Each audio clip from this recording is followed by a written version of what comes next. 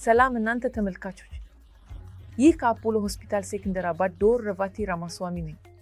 ሁላችሁም ስለ ሂስተሮስኮፒ ሰምታችኋል ብዬ አምናለሁ። ሂስተሮስኮፒ ማለት የማንበብ መስታወት በትንሽ ቴሌስኮፕ ውስጥ ማየት ማለት ነው።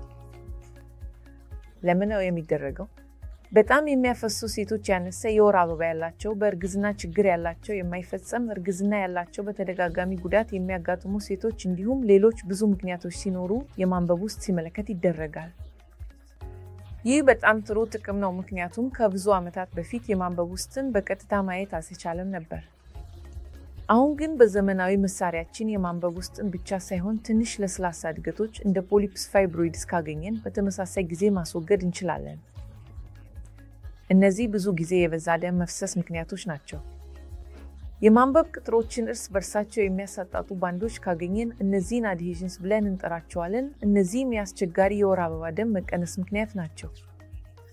እኛ እነዚህን አድሄዥንስ ማስረዳት እና በውስጡ አንድ ቦታ ማድረግ እንችላለን። አንዳንድ ጊዜ አንዳንድ ሴቶች በተወላጅ ችግር ውስጥ ይገኛሉ። ይህም የማንበብ ቦታ አንድ ሳይሆን ሁለት ሆኖ ሲገኝ ነው። በማንበብ ውስጥ የሚገኝ ግድግዳ የማንበብ ቦታን ሁለት ያደርገዋል። ስለዚህ ከነዚህ ሁኔታዎች አንዱ ሴፕተም ወይም በማንበብ ውስጥ ያለ ግድግዳ ተብሎ ይጠራል። ይህም በቀላሉ ሊገነዘብ እና ሊቆረጥ ይችላል እና ማንበቡ እንደገና አንድ ይሆናል። ስለዚህ እስቲ በተደጋጋሚ ጉልበት መጥፋት ሁኔታዎች ውስጥ እነዚህን የተሰባበሩ ባንዶች ማግኘት እንችላለን።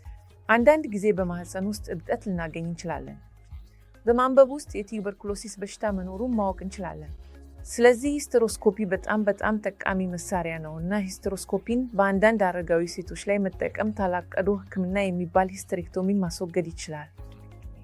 ስለዚህ ይህን ቴክኒክ ይጠቀሙ ጓደኞች። አመሰግናለሁ።